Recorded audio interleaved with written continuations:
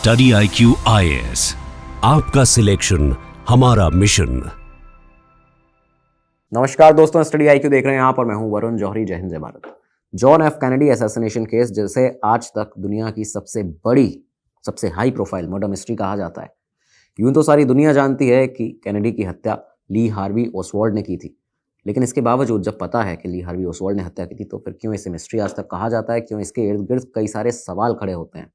कुछ ऐसे सवाल कि क्या कोई दूसरा हमलावर भी था ओसवाल्ड के अलावा? कैसे असैसिनेशन के टाइम पर कैनेडी के जो रिकॉर्डेड ट्रैफिक था वहां का, उसकी आवाज़ निकाली गई, उसे सुना गया, डीप एनालिसिस की गई, तब 4 गन शॉट की आवाज़ सुनाई देती है, जबकि ली हार्वी ओसवाल्ड ने सिर्फ 3 गोलियां दागी थी।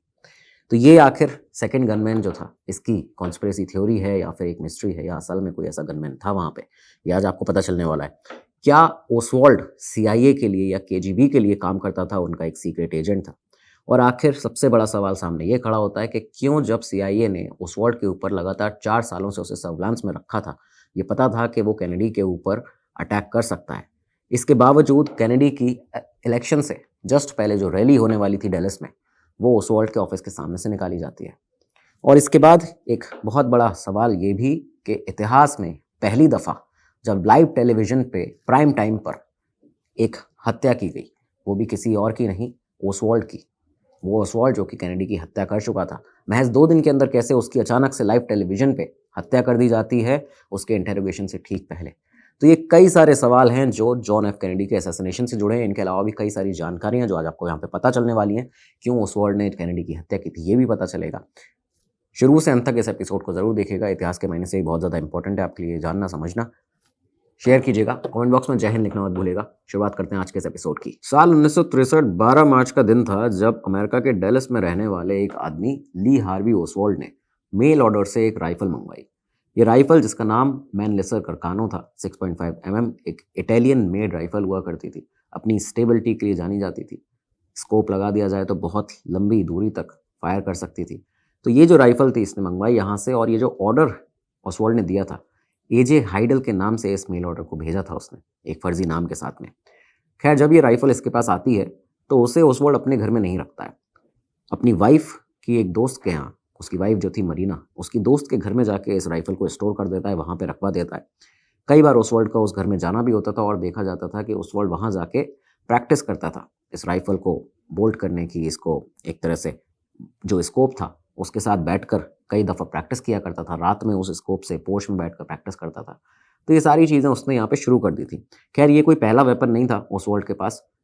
3 महीने पहले ही उसने यहाँ पे एक और वेपन मंगवाया था, सेम AJ हाइडल के नाम पे, उसी फर्जी नाम पर, जो थी एक .38 calibre Smith and Wesson revolver. तो ये रिवॉल्वर भी पहले वो मंगवा चुका था। लेकिन सवाल ये खड़ा होता है कि आखिर अचानक ओसवाल्ड को क्यों 2-2 वेपन की ज़रूरत पड़ी 3 महीने के अंदर ही? और दूसरी चीज़, क्या उसका प्लान था? और आखिर ये ओसवाल्ड था कौन? तो ली हार्वी ओसवाल्ड की कहानी शुरू हुई थी 1939 18 अक्टूबर के दिन, जिस दिन वो न्यू ऑर्लियंस में पैदा हुआ था। जब इसका जन्म हुआ था तो महज 2 महीने की उम्र थी ओसवाल्ड की, जब उसके फादर की डेथ हो जाती है। और उसे उसकी माँ ने जब पाला था तो बताया ये गया कि उसकी माँ के साथ में कभी भी ओसवाल्ड की बनी नहीं। वो एक बहुत ही डिफ़िकल्ट महिला थी रहने के लिए, ऐसा ओसवाल्ड ने खुद भी बाद में बताया था। चाइल्डहुड जो उसका रहा, पूरा बचपन अनस्टेबिलिटी में गुजरा, उसे प्यार ठीक तरह से नहीं मिला। और 12 साल की उम्र में जब वो, क्योंकि स्कूल लगातार जाने लगा था, तो देखा ये जाता था कि वो इंटेंशनली स्कूल को बंक करता था, मिस करता था, नहीं जाता था, पढ़ाई से जी चुराता था। इसकी वजह से, ट्रुएंसी की वजह से, उसे जुवेनाइल डिटेंशन सेंटर में भेज दिया जाता है। ट्रुएंसी मतलब आप ये समझिए कि इंटेंशनली अगर कोई स्टूडेंट, कोई छात्र जो है वो स्कूल से छुट्टी करता है, नहीं जाता है कोई वैलिड रीज़न के बिना, तो उसे एक साइकाइट्रिस्ट के पास भेजा जाता है, वहाँ पे एक डिटेंशन कैंप में भेजा जाता है, और वहाँ वो लोग देखते हैं कि आखिर इस बच्चे के साथ में तकलीफ़ क्या है, दिक्कत क्या है। तो यहाँ ओसवाल्ड को पहला उसका जुवेनाइल डिटेंशन सेंटर में जब उसको भेजा गया तो उसकी महज 12 साल की उम्र थी। यहाँ जो साइकाइट्रिस्ट थे, उन्होंने जब इस लड़के को देखा बचपन में, तो ये बताया कि ये मेंटली, इमोशनली डिस्टर्ब्ड है, क्योंकि उसकी फैमिली में उसे ना कभी प्यार मिला है, उसे कोई नॉर्मल लाइफ नहीं मिली, और इस वजह से इसका बचपन जो है वो इस तरह से बीता है, वो स्कूल नहीं जाना चाहता है। खैर, आगे जब जीवन बढ़ा तो बढ़ती उम्र के साथ ओसवाल्ड में ये देखा गया कि उसका एक ऑब्सेशन हो गया था कम्युनिज्म के साथ में। उसने 15 साल की उम्र से ही मार्क्स और एंगल्स को पढ़ना शुरू कर दिया था। 2 साल बाद 17 साल की उम्र में ओसवाल्ड ने एक बड़ा डिसीजन लिया। वो US मरीन्स को ज्वाइन कर लेता है। US मरीन ज्वाइन करता है, रेडियो ऑपरेटर बना वहाँ पर। लेकिन मरीन्स के अंदर भी उसका जो एक बिहेवियर था वो कुछ खास अच्छा था नहीं। लोगों ने देखा कि ये काम नहीं करता है, जी चुराता है काम से, उसका दिमाग कहीं और ही लगा रहता है। रिकॉर्ड उसका जो था लगातार ख़राब रहता था मरीन्स में भी। इस वजह से 2 बार कोर्ट मार्शल किया गया उसको वहाँ पे, 1 बार जेल में भी डाला गया। ये सारी चीज़ें उसके साथ वहाँ पे चलती हैं, लेकिन यहाँ पे वो रेडियो टेक्नोलॉजी, मिलिट्री टेक्नोलॉजी जो थी, उसको कई हद तक सीख चुका था, यूएस मरीन में रहते हुए। खैर 1959 में ही करीबन आप देखिए 20 साल करीबन की उम्र थी इस समय ओसवाल्ड की, उसने एक बड़ा डिसीजन लिया। वो यूएस मरीन अचानक से सितंबर के महीने में छोड़ देता है। यूएस मरीन छोड़ने के बाद में उसने दरअसल यहाँ पे बहाना ये बनाया था ऑफिसर्स के सामने, अपने सीनियर्स के सामने, कि वो अपनी माँ की देखभाल करना चाहता है। लेकिन दरअसल असल बात ये थी कि उसे उसकी माँ से कोई लेना देना नहीं था। वो यहाँ पे सीधा एक बड़ा कदम उठा रहा था अपने जीवन में 20 साल की उम्र में, कि अब वो सीधा यहाँ से सोवियत यूनियन जाना चाहता था। अब सोवियत यूनियन जाने के लिए ओसवाल्ड जब सोवियत एम्बेसी पहुँचता है वीज़ा लेने, तो वहाँ पे ऑफिसर्स ने जब देखा कि ये यूएस मरीन्स में काम कर चुका है, उन्होंने उसे वीज़ा देने से मना कर दिया, इनकार कर दिया। ये देखते हुए ओसवाल्ड ने उन सोवियत ऑफिसर्स को कहा कि वो यूएस नेवी के, यूएस मरीन्स के कई सारे जो इंटेल्स हैं, सीक्रेट डॉक्यूमेंट्स हैं, कई सारी जानकारियां हैं, सीक्रेट्स जो हैं, वो सारे सोवियत को देगा। इस तरह से उसने उनको लालच देने का ट्राई किया। लेकिन इसके बावजूद जब उन लोगों को थोड़ा सस्पिशियस लगा व्यक्ति, तो सोवियत के ऑफिसर्स ने इसे दोबारा एक बार मना किया। इस बार उसने डेस्परेटली अपना एक बहुत ही बड़ा कदम उठाया, उसने सुसाइड अटेम्प्ट किया उसी एम्बेसी के अंदर। वो अपनी रिस्ट कट कर लेता है, अपनी नस कट कर ली उसने। जब उन ऑफिसर्स के सामने उन लोगों ने देखा कि ये बहुत डेस्परेटली जाना चाहता है सोवियत यूनियन, तो बताया यह जाता है कि सोवियत ऑफिसर्स जो थे वो पॉलिटिकली कुछ भी इस तरह की टेंशन लेना नहीं चाहते थे यूएस और सोवियत के बीच में। इस वजह से उन्होंने इसे वीज़ा देने के लिए हामी भर दी। अब यहाँ पे जब वीज़ा मिला तो सीधा मॉस्को पहुँचता है। मॉस्को पहुँचने के बाद सबसे पहला काम ये किया ओसवाल्ड ने, मॉस्को पहुँचा और सीधा अमेरिकन एम्बेसी जाता है और वहाँ पे कहता है, I want to renounce my citizenship. जब उसने अमेरिकन एम्बेसी में ये बात कही थी, वहाँ पे मौजूद जितने भी ऑफिसर्स थे, जाहिर बात है वहाँ पे सीआईए के भी कई सारे ऑफिसर मौजूद होंगे, वहीं से उन लोगों को ये लग गया था कि ये व्यक्ति अमेरिका के खिलाफ कोई बड़ी साजिश कर सकता है, सोवियत के एजेंट की तरह काम कर सकता है, या अमेरिका के ऐसे इस तरह से कोई काम कर सकता है जो अमेरिका के विरोध में होगा। बताते हैं कि ये वो समय था 1959 का, जब से लगातार सीआईए जो थी वो सर्विलांस पे रख रही थी, और ये बातें रिपोर्ट्स में भी सामने आई हैं, जो आगे रिपोर्ट्स डिक्लासिफाइड हुई हैं। सामने ये आता है कि इसी समय से सीआईए ने ओसवाल्ड के ऊपर निगरानी रखना शुरू कर दिया था, उसकी हरकतें, उसकी एक्टिविटीज़ जो थी उन पर नज़र रखनी शुरू कर दी थी। खैर ये 1959 से 1962 तक ओसवाल्ड सोवियत यूनियन में रहता है। यहाँ जब वो रहा तो पहले उसने अपना जो उसे सेटल किया गया ऑफिसर्स के द्वारा सोवियत के, वो मिन्स्क में किया जाता है। मिन्स्क में रहता है। सोवियत गवर्नमेंट ने यहाँ उसे उसके बैकग्राउंड को देखते हुए रेडियो फैक्ट्री में जॉब दी, स्टाइपेंड दिया, इसके साथ उसको एक अपार्टमेंट दिया रहने के लिए, जिसका वो लगातार रेंट भी देता था।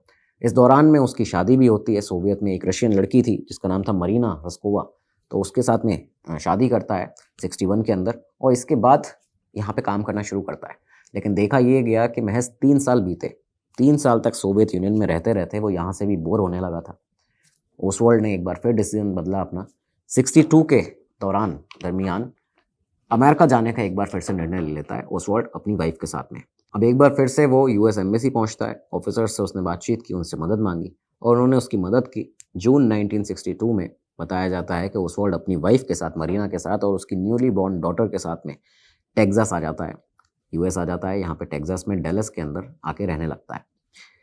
डेलस में पहुँचने के बाद में ओसवाल्ड ने कई सारी जॉब की। कभी उसने प्रिंटिंग शॉप के अंदर जॉब की, कभी ऑप्टिकल शॉप के अंदर जॉब की, लेकिन फाइनली उसे एक रेफरेंस के थ्रू जॉब मिलती है टेक्सास स्कूल बुक डिपॉजिटरी में, TSBD जिसको कहा जाता था। अब ये जो टेक्सास स्कूल बुक डिपॉजिटरी है, इसको आप याद रखिएगा क्योंकि ये बहुत इंपॉर्टेंट कड़ी है इस पूरे के पूरे केस के अंदर।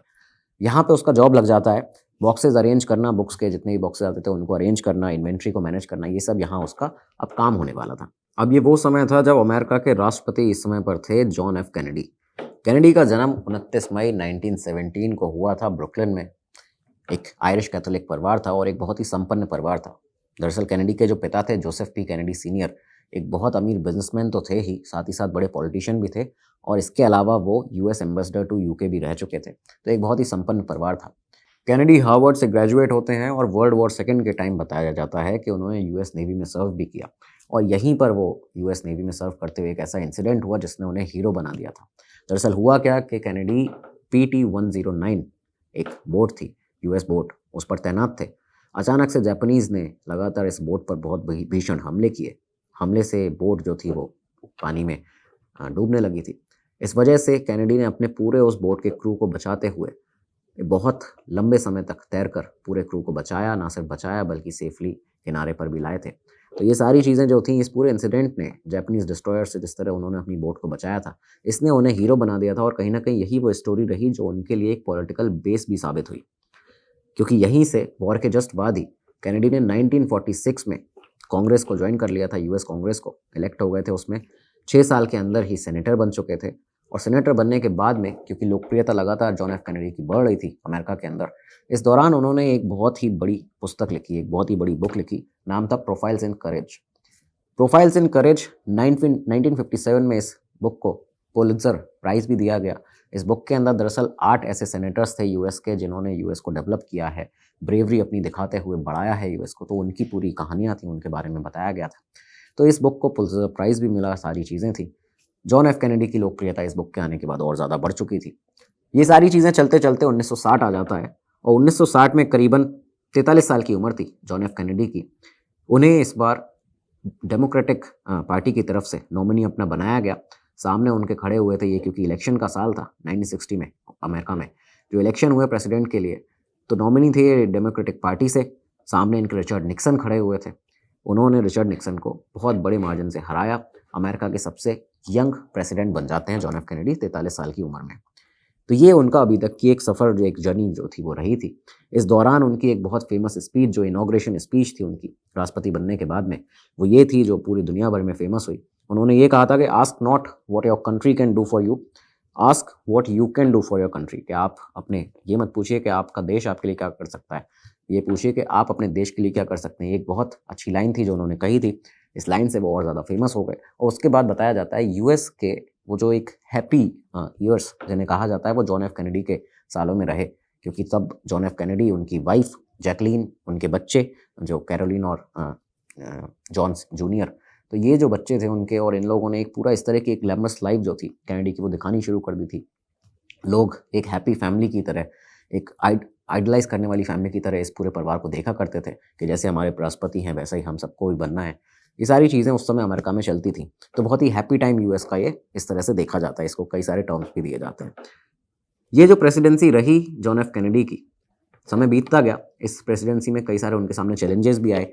बे ऑफ पिग्स इन्वेजन जो था यूएस ने जो किया था अप्रैल 1961 में, कैनेडी के राष्ट्रपति बनने के अगले ही साल, वो फेल हुआ था। एक पूरा ऑपरेशन CIA बैक्ड पूरा ऑपरेशन था जिसमें क्यूबन एग्जाइल्स को CIA सपोर्ट कर रही थी फाइडल कैस्ट्रो को हटाने के लिए क्यूबा से। इसके अलावा कैनेडी ने डेमोना न्यूक्लियर प्रोग्राम जो था उसमें इंस्पेक्शन की मांग की थी, जो कि इजराइल को बिल्कुल भी पसंद नहीं आया था। तो यहाँ से इजराइल भी नहीं चाहता था कैनेडी को ज़्यादा समय तक राष्ट्रपति बनाए रखना। एक और चीज़ इसमें यह हुई थी, बताया जाता है कि बे ऑफ पिग इन्वेजन के बाद में CIA के उस समय के जो डायरेक्टर, जो चीफ हुआ करते थे अमेरिका की खुफिया एजेंसी CIA के, एलन ड्यूल्स, उन्हें फायर कर दिया था कैनेडी ने। यहाँ से CIA से भी एक दुश्मनी जो थी वो कैनेडी ले चुके थे। ये सारी चीज़ें चलती हैं करीबन इन 4 सालों के बीच में। ये 4 साल यहाँ से निकले, 1964 आया। कई सारे चैलेंजेस उनके सामने रहे, कुछ उनकी उपलब्धियाँ भी रहीं, लेकिन 4 साल निकलने के बाद अब ये जो समय आ गया था 1964 में, इलेक्शंस की तैयारी हो रही थी अमेरिका के अंदर, जो अगले प्रेसिडेंशियल इलेक्शन होने वाले थे। इस दौरान कैनेडी को ये पता था कि इस पूरे इलेक्शन में उनकी जो छवि है वो टेक्सास के अंदर सही नहीं है, वहाँ पे लोगों को मनाना बहुत ज़रूरी है। और इन्हीं सब चीज़ों को देखते हुए ज़रूरी था एक रैली करना टेक्सास के अंदर, खासकर डेलस को, वहाँ पे मेन जो एक प्लेस थी, मेन प्लेस वो रखा गया था। तो यहाँ एक रैली जो थी वो प्लान कर ली जाती है टेक्सास के लिए साल 1963 में। अब इस दौरान जब कैनेडी के ये 4 साल रहे राष्ट्रपति रहते हुए, इस समय पर ओसवाल्ड जो था, जो कि डेलस में वापस आ चुका था यहाँ रहने के लिए, यहाँ पे TSBD में काम भी करने लगा था। ओसवाल्ड की पर्सनल लाइफ बहुत ही ज़्यादा स्कैटरिंग चल रही थी, इस तरह की चल रही थी कि उसकी वाइफ से, मरीना से, उसका रिलेशनशिप ठीक नहीं चल रहे थे। मरीना और ओसवाल्ड अलग अलग रहने लगे थे। पॉलिटिकली वो बहुत ज़्यादा फ्रस्ट्रेटेड था यूएस गवर्नमेंट से, खासकर कैनेडी से। वो कैनेडी को बिल्कुल भी पसंद नहीं करता था। प्रो क्यूबा था वो। उसने fair play for Cuba committee में पूरी तरह से वो एक्टिव भी था, और कई दफ़ा देखा गया कि 1963 आते आते तो अगस्त के महीने में उसने एक लोकल रेडियो में डिबेट में क्यूबा को कैसे सपोर्ट करना चाहिए, उसने क्यूबा के सपोर्ट में बहुत बड़ा आर्ग्यूमेंट भी किया था। एक हीटेड डिबेट उसने वहाँ पे की थी। तो ये सारी चीज़ें उसकी लगातार चल रही थी इस समय पर। डॉक्यूमेंट से ये पता चलता है, जो बाद में डिक्लासिफाइड हुए, कि यही वो पूरा समय था जब CIA लगातार ओसवाल्ड पर 4 साल तक निगरानी कर रही थी, क्योंकि CIA भी ये जानती थी कि ओसवाल्ड कहीं ना कहीं कैनेडी को टारगेट कर सकता है जब भी उसे मौका मिलेगा। वो बहुत बुरी तरह उनसे नफरत करता था।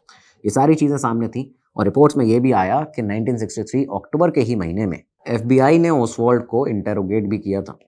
उससे पूछताछ भी की गई थी कि वो इस समय पर क्या कर रहा है, लेकिन इसके बावजूद ये सारी चीज़ें जो थी डेलस पुलिस को नहीं बताई गई, जहाँ पे ओसवाल्ड काम करता था और वही डेलस था जहाँ पे जॉन एफ कैनेडी की रैली होने वाली थी।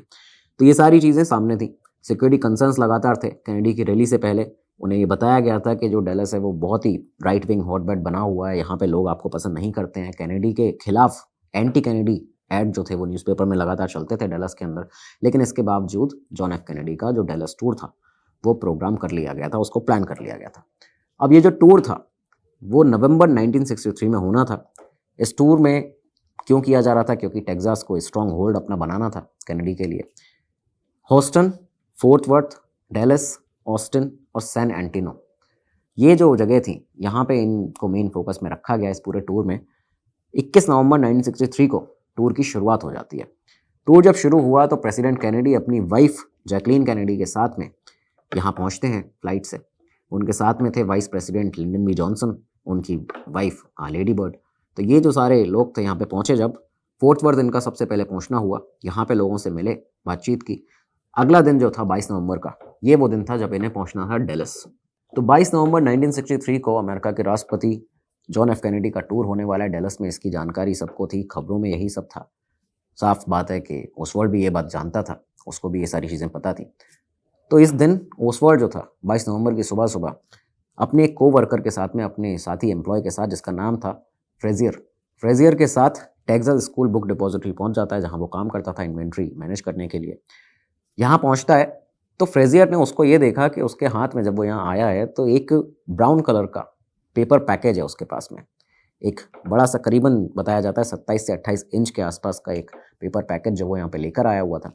फ्रेजियर ने जब इसे देखा तो पूछ लिया कि आखिर क्या है इसके अंदर। तो उसने कहा, ओसवाल्ड ने, कि ये कर्टेन रॉड्स हैं। कर्टेन रॉड्स कहते हुए वो आगे बढ़ा, ऑफिस के अंदर दाखिल होता है और इसके बाद टेक्सास स्कूल बुक डिपॉजिटरी के 6th फ्लोर पर सीधा पहुंच के वहाँ पे उसने इसे ओपन किया, इस बॉक्स को। इस बॉक्स के अंदर दरअसल एक मैनलिसर करकानो राइफल थी, वही राइफल, वो इटालियन मेड राइफल जो इसने 2 महीने पहले करीबन यहाँ से ऑर्डर की थी। तो ये जो राइफल थी इसके पास में यहाँ पहुँच चुकी थी। 6th फ्लोर पर पहुँचता है। उसने ये जगह इसलिए चुनी थी क्योंकि TSBD से, जहाँ वो काम करता था, वहाँ से जो ट्रेडमार्ट था, जहाँ पे कैनेडी का लंच होने वाला था, जो उनकी रैली थी वो वहीं से गुजरने वाली थी, वो पूरा एरिया ऐसा था, उस बीच में एक परफेक्ट उसको पॉइंट मिलता था कैनेडी को हिट करने के लिए, उनको अटैक करने के लिए। 6th फ्लोर पर उसने एक साइड कॉर्नर में, साउथ ईस्ट कॉर्नर में एक विंडो हुआ करती थी, वहाँ पे अपना स्नाइपर नेस्ट बनाया। किस तरह से स्नाइपर नेस्ट बनाया था, आप ये सोचिए कि जो बॉक्सेस थे, खाली बॉक्सेस बुक्स के, उनसे उसने कवर किया था उस पूरे एरिया को। इस तरह से कवर किया कि वो भी किसी को दिखे ना, और वहाँ पे उसने प्रॉपर एम लेते हुए एक पॉइंट उसको ऐसा मिल गया था जब उसने वहाँ पे स्नाइपर अपना नेस्ट बनाया, उस जगह को देखते हुए जहाँ से कैनेडी की गाड़ियाँ निकलेंगी। ये सारी चीज़ उसने अब तक कर ली थी। समय हो चुका था 11:37 का। ठीक इसी समय पर कैनेडी का जो विमान था एयरफोर्स 1, वो डेलस में लैंड होता है, लव फील्ड पर लैंड हुआ। प्रेसिडेंट कैनेडी बाहर निकलते हैं, उनकी वाइफ जैकी बाहर निकलती हैं।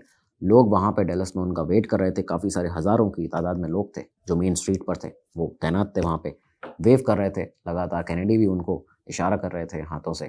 तो ये सारी चीज़ें, एक वेलकम उनका होता है डेलस में। इसके बाद कैनेडी जो थे वो आगे अपने मोटरकेड के साथ बढ़ जाते हैं। एक मोटरकेड जो तैयार किया गया था उनके लिए, कैनेडी ने साफ तौर पर यह कहा था कि मुझे कोई स्पेशल प्रिकॉशंस यहाँ पे नहीं चाहिए, जबकि ये बात साफ थी, एजेंसीज भी जानती थी, अमेरिका की खुफिया तंत्र भी जानता था ये, कि एंटी इनकम्बेंसी है कैनेडी के लिए डेलस के अंदर, लोग उन्हें पसंद यहाँ नहीं करते हैं, उनके खिलाफ यहाँ पे नारेबाजी भी लगातार होती है। लेकिन इसके बावजूद, सिक्योरिटी थ्रेट के बावजूद भी कैनेडी ने ये कहा कि मुझे ओपन कार में जाना है, जो मेरी कार है उसके ऊपर से आप बबल टॉप जो है वो हटा दीजिए। उनकी कार जो थी लिंकन कॉन्टिनेंटल कन्वर्टेबल कार जो थी, उसमें वो बैठे थे। यहाँ पे जब वो इसमें बैठे तो उनसे कहा गया था कि आपको जो बबल टॉप है वो नहीं हटाना चाहिए, रिस्क हो सकता है। इसके बावजूद उन्होंने उस बबल टॉप को हटाया। उनकी वाइफ जो थी जैकलीन, वो अपना शनेल का पिंक कलर की जो ड्रेस थी वो पहनी हुई थी, एक उसके ऊपर जैकेट थी और उसी जैकेट से मैच करती हुई पिल बॉक्स उनकी हेड थी। तो ये एक आइकॉनिक फोटोज़ बन चुके हैं, वीडियोज़ बन चुके हैं। इस वजह से ये सारी चीज़ें लोगों के जहन में बस गई हैं। यहाँ पे जब वो यहाँ मौजूद थे इस मोटरकेड में, जब मोटरकेड 11:50 पर चलना शुरू होता है, तो इसका रूट बहुत सिंपल रखा गया था। रूट ये था कि पूरे एरिया में जो सीक्रेट सर्विस के एजेंट्स हैं वो फैले हुए होंगे।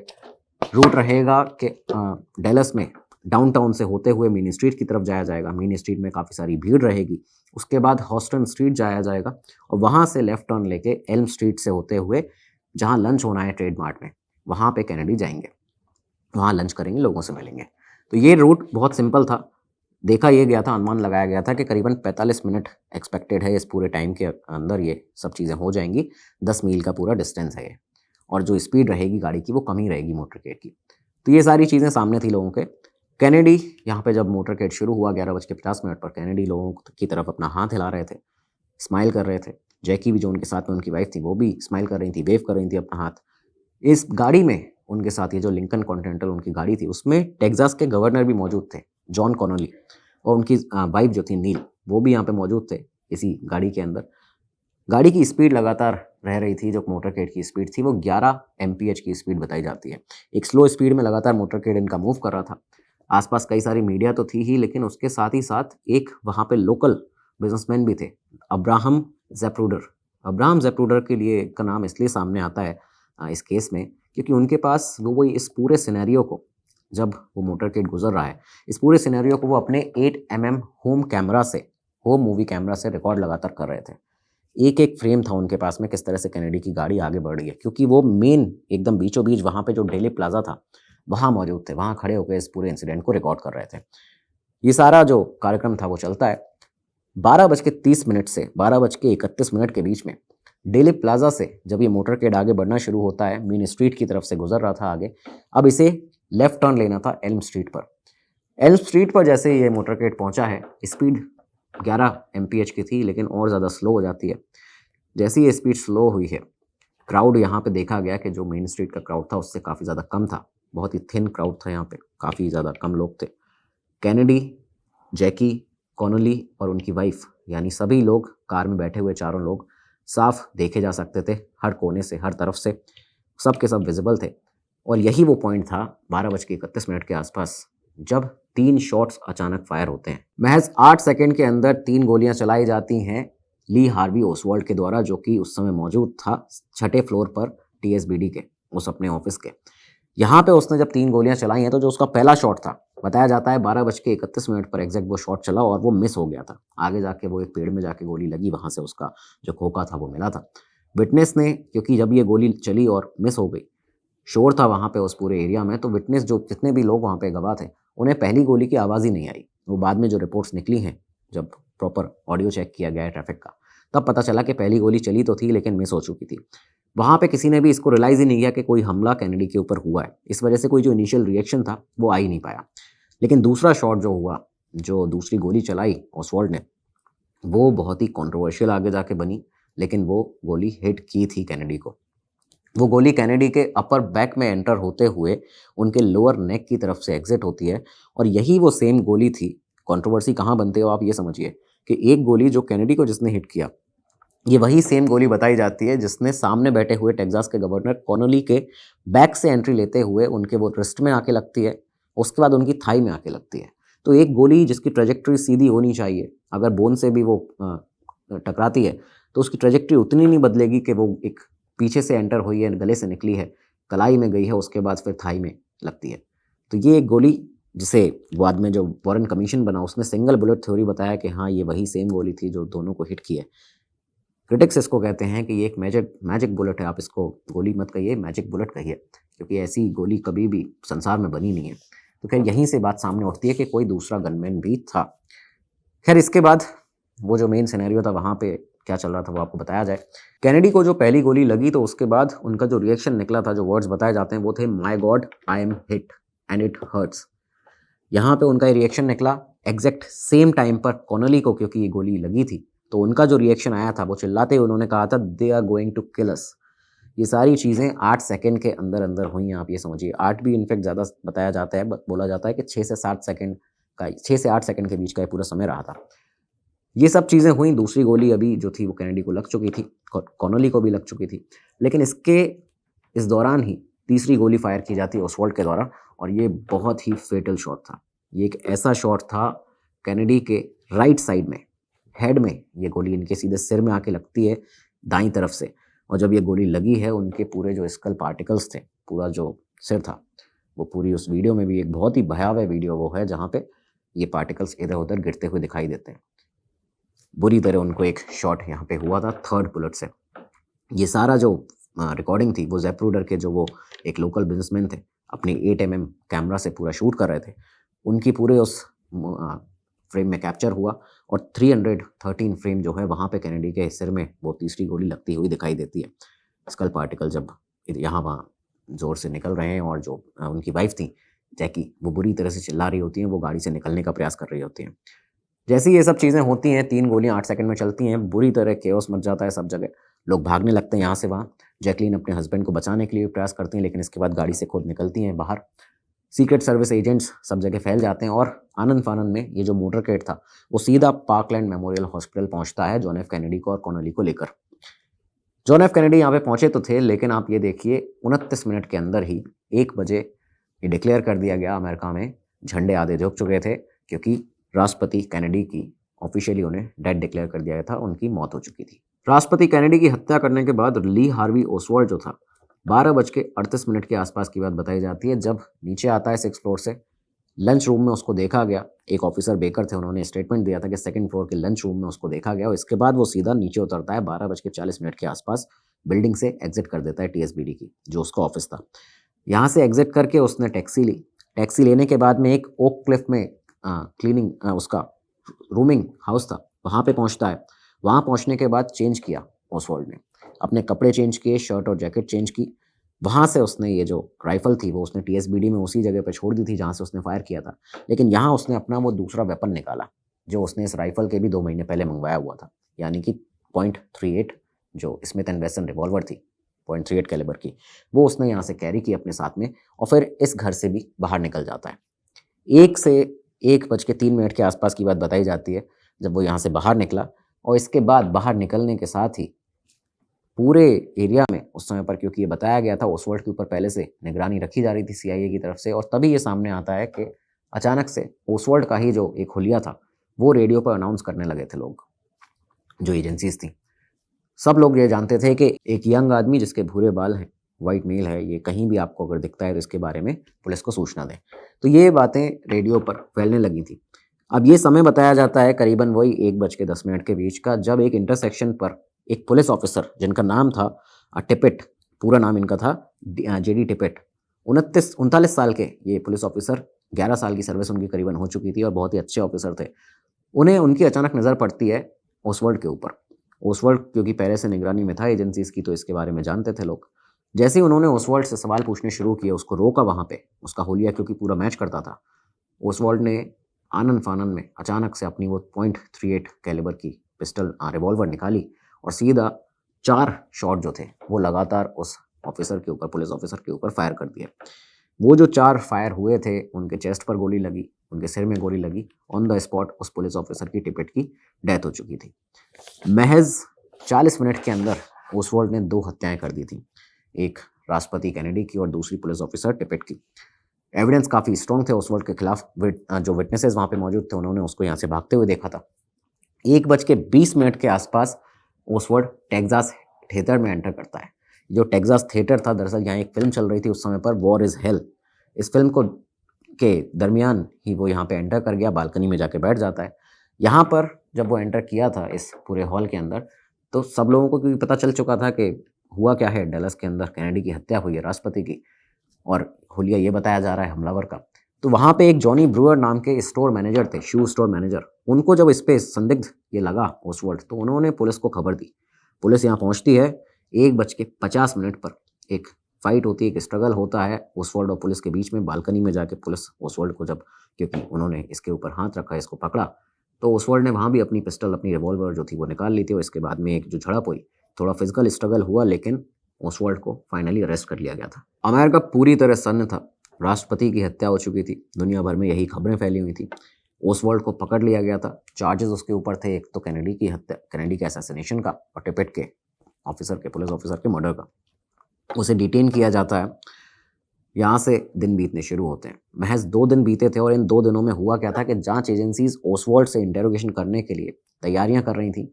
जो फॉर्मेलिटीज़ थी उनको क्लियर किया जा रहा था। इस समय पर ओसवाल्ड को रखा गया था डैलस जेल के अंदर, लेकिन यहाँ से उसे अब काउंटी जेल में शिफ्ट करना था, उसे यहाँ से ट्रांसफ़र करना था। तो इन सब की जो फॉर्मेलिटीज़ थी वो सारी चल रही थी। दिन आ जाता है 24 नवंबर, महज़ 2 दिन बीते। 24 नवंबर का ये जो दिन था, इस समय ओसवाल्ड, क्योंकि यही उसका शिफ्टिंग का दिन था, यहाँ पे उसे ट्रांसफ़र करना था डैलस जेल से काउंटी जेल में।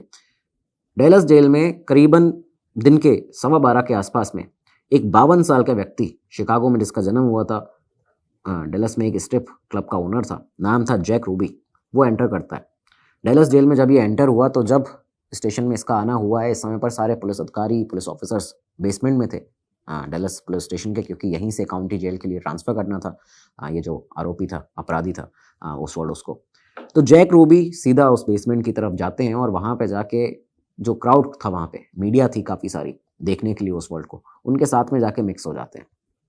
जैसे ही ओसवाल्ड यहाँ मीडिया के सामने आता है, उसे पुलिस की एक टीम लेके जा रही होती है। 11:21 करीबन की ये बात थी।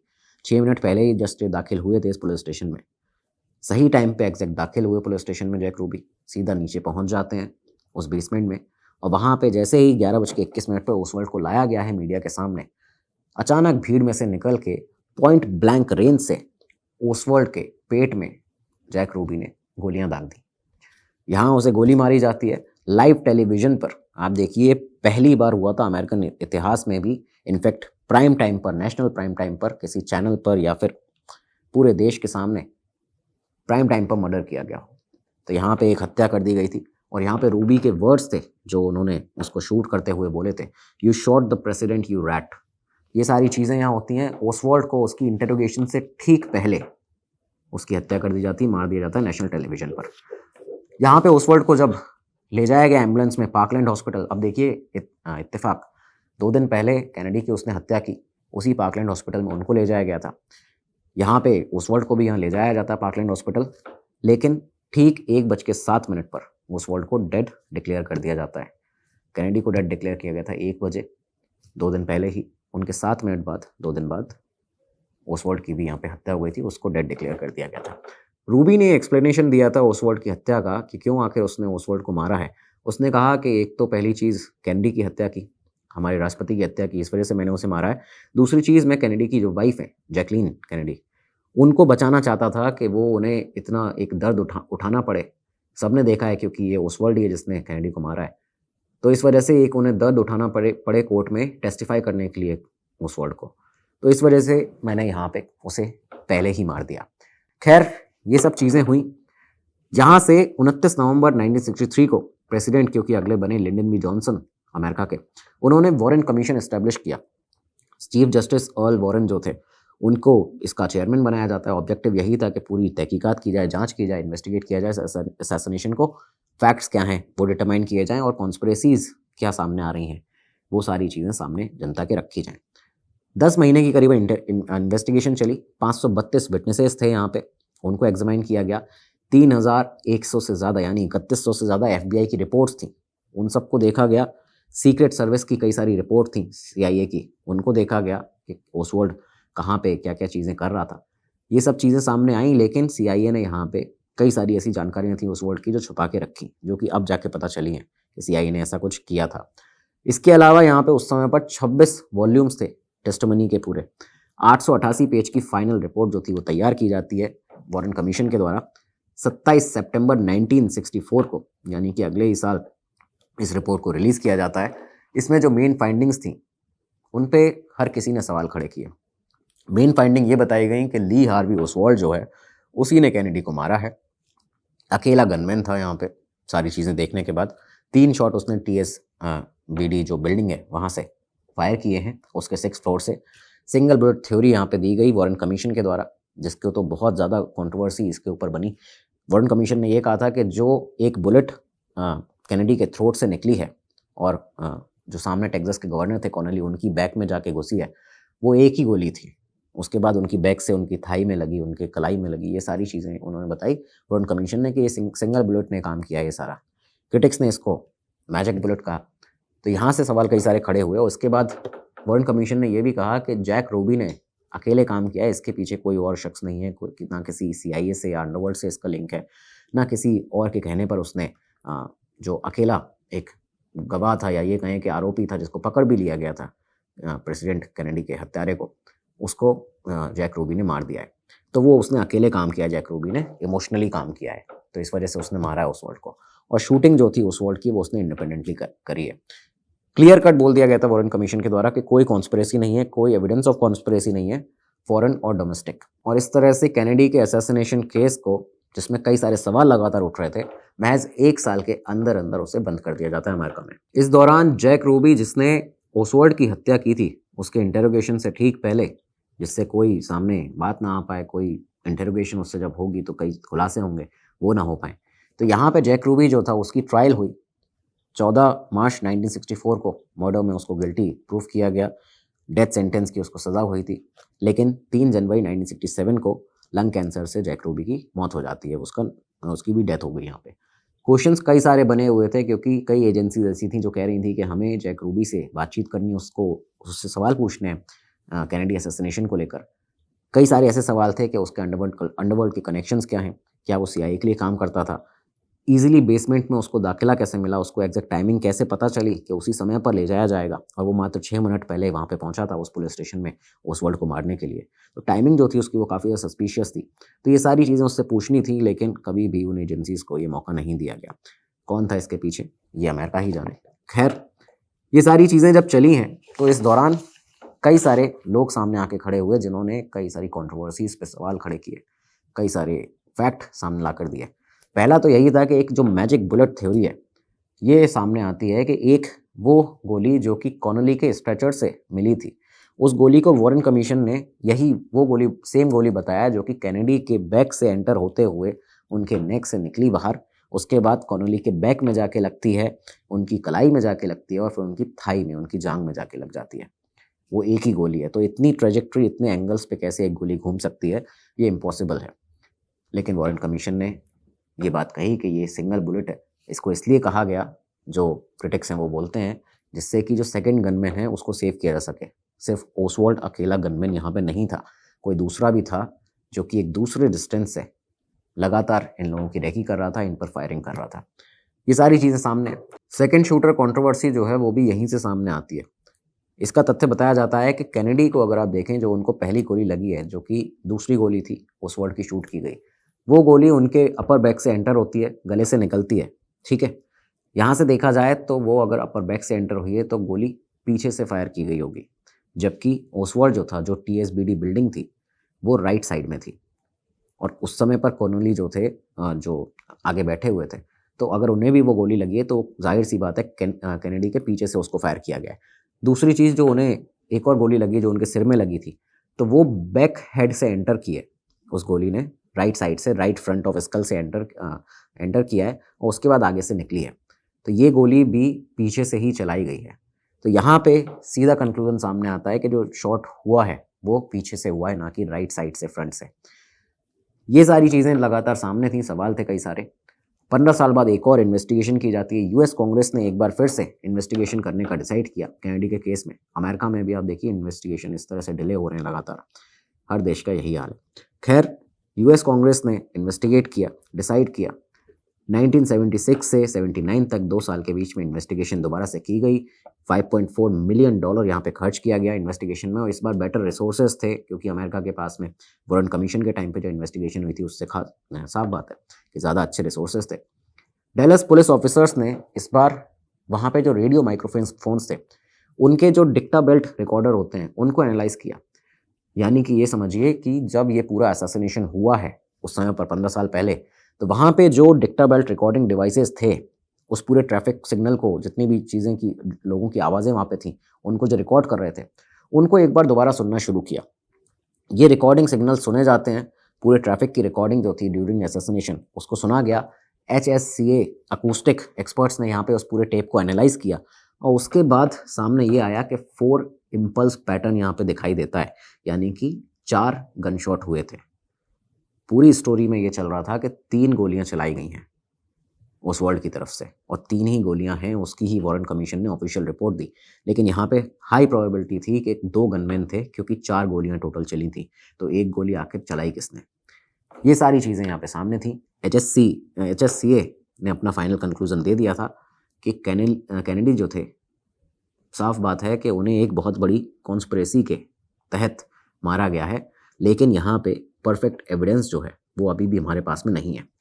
ये सारी चीज़ें सामने आई, इसके बाद भी आज भी यहाँ पे सवाल लगातार खड़े होते हैं। एक और यहाँ पे केस सामने आया था जिम गैरिसन का। जिम गैरिसन दरअसल न्यू ऑरलियंस के एक डिस्ट्रिक्ट अटॉर्नी थे और उन्होंने ये क्लेम किया था कि जॉन एफ कैनेडी की किलिंग में CIA और माफिया का इन्वॉल्वमेंट है। CIA का इन्वॉल्वमेंट उन्होंने इस तरह से दिखाया था और उन्होंने की सस्पेक्ट बताया था डेविड फेरी को।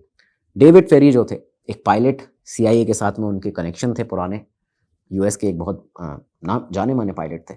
तो यहाँ पे कनेक्शन बताया गया था जिम गैरिसन के द्वारा डेविड फेरी का। ये कहा गया कि डेविड फेरी ओसवाल्ड को जानते थे, वो पहले से ओसवाल्ड से कनेक्शन में थे और यहाँ तक कि एक विटनेस भी मिला इस पूरे कनेक्शन का, पेरी रूसो एक 25 साल का लड़का था। जिम गैरिसन ने ही उसके बारे में बताया था एजेंसीज को, पुलिस को, और ये कहा था कि पेरी रूसो का ये कहना है कि एक पार्टी में उसने क्ले शॉ जो कि CIA के लिए कई सारे काम कर चुके थे, क्ले शॉ, डेविड फेरी और ली हार्वी ओसवाल्ड को बैठे हुए देखा था, जहाँ पे ये लोग बातचीत कर रहे थे कि ट्रायंगुलेशन ऑफ क्रॉस फायर कैसे किया जाता है, यानी कि 3 अलग अलग डायरेक्शन से फायरिंग करके कैसे किसी की हत्या की जाती है। साफ तौर पर यहाँ पे कैनेडी की हत्या की बातचीत चल रही थी। एक बहुत बड़ा आरोप था, इसकी ट्रायल भी हुई। इनफैक्ट ये अकेली ऐसी क्रिमिनल ट्रायल बताई जाती है जो कि जॉन एफ कैनेडी के असैसिनेशन केस में हुई है अमेरिका के अंदर। तो जनवरी 1969 में यहाँ इस ट्रायल को शुरू किया गया, लेकिन इस ट्रायल के शुरू होने से पहले ही अचानक से जो डेविड फ्यूरी थे उनकी एक रहस्यमयी परिस्थिति में मौत हो जाती है। खैर ये ट्रायल यहाँ पे की गई न्यू ऑरलियंस कोर्ट के अंदर, क्रिमिनल कोर्ट में ये ट्रायल होती है। 1 मार्च 1969 को ही महज 2 महीने के अंदर ही यहाँ पे नॉट गिल्टी प्रूफ किया गया क्ले शॉ को और बाकी उनके साथ में जो लोग थे उन्हें भी। ये बताया गया कि ओसवाल्ड के साथ में क्ले शॉ का कोई भी संबंध नहीं था, CIA का इसमें कोई भी इन्वॉल्वमेंट यहाँ पे नहीं दिखता है ओसवाल्ड के साथ, और कोई भी इसके पुख्ता सबूत भी नहीं दे पाए हैं जिम गैरिसन। इन सब चीज़ों को करते हुए दबा दिया गया इस पूरे केस को। डेविड फेरी को पहले ही यहाँ पे मार दिया गया था ट्रायल से पहले रहस्यमय परिस्थितियों में। 70 के दशक में ये जो पूरा कैनेडी असैसिनेशन केस था अमेरिका में कहीं दब जाता है। लेकिन आता है अब साल 2025, 23 जनवरी के दिन ट्रंप एक एग्जीक्यूटिव ऑर्डर पे साइन करते हैं। इस एग्जीक्यूटिव ऑर्डर में आदेश था कि JFK, RFK एंड MLK यानी कि John F Kennedy, Robert F Kennedy और मार्टिन लूथर किंग जूनियर, इन सभी की जो डेथ हुई है या जो असैसिनेशन इनका हुआ है, उसको जितनी फाइल उसकी हैं वो सारी डीक्लासिफाइड की जाए। 18 मार्च 2025 को नेशनल आर्काइव्स ने 70,000 से ज़्यादा फाइल अमेरिका के अंदर उसको डीक्लासिफाइड किया, सामने रखा लोगों के, और तब ये सामने निकल कर आया कि ये वही सेम टाइम था जब CIA बहुत ही हैवी सर्विलांस करती थी सोवियत यूनियन में, क्यूबा एम्बेसी के अंदर। यहाँ पे उनको ओसवाल्ड के बारे में 27 सितंबर को पता चला था 1963 में, और उसके बाद 59 में, माफ़ कीजिएगा 1959 में, उसके बाद से उन्होंने 63 तक मैक्सिको में जब उसका जाना हुआ है तब उसके ऊपर लगातार निगरानी रखी, यानी कि 4 साल की निगरानी में था ओसवाल्ड। ये पता था उन्हें कि ओसवाल्ड टारगेट कर सकता है जॉन एफ कैनेडी को, इसके बावजूद उसको कभी भी प्रॉपरली ट्रैक नहीं किया गया। क्यों नहीं किया गया? ये इंटरनल जो भी चीज़ें, कभी इन्वेस्टिगेशन हो दोबारा तो सामने आए। कोई और ओसवाल्ड बन के कॉल भी करता था, ये भी सामने आता है। सोवियत एम्बेसीज में कोई एजेंट ऐसा था CIA का जो कि ओसवाल्ड बन के कॉल भी करता था लगातार सोवियत एम्बेसी में, और CIA ने वॉरेन कमीशन से कई सारी ऐसी डिटेल इन्फॉर्मेशन थी जो कि ओसवाल्ड को लेकर छुपाई थी। ये ओवरऑल सारी चीज़ें जो कि 77,000 के उन पेजेस के अंदर जब डीक्लासिफाइड हुए अभी 2025 में, तब सामने आई 1963 के जॉन एफ कैनेडी के असैसिनेशन केस में। तो ये आज भी एक रहस्य बना हुआ है, सवाल है, इन्वेस्टिगेशन नहीं हो पाई कभी भी कि आखिर असल में एक ही हमलावर था या 2 हमलावर थे, और एक रहस्य बन के ही रह गया जॉन एफ कैनेडी का असैसिनेशन। तो दोस्तों, आपकी क्या राय है इस केस के ऊपर, ये ज़रूर बताइएगा। आपका पॉइंट ऑफ व्यू बहुत इंपॉर्टेंट है। साथ ही साथ में आपको क्या लगता है, कोई और अलग जानकारी आपके पास हो वो भी दीजिएगा, और जय हिंद लिखना मत भूलिएगा कमेंट बॉक्स में। अब अगले वीडियो मिलेंगे, तब तक के लिए दीजिए इजाज़त। नमस्कार, धन्यवाद, जय हिंद, जय भारत। स्टडी IQ IAS, आपका सिलेक्शन हमारा मिशन।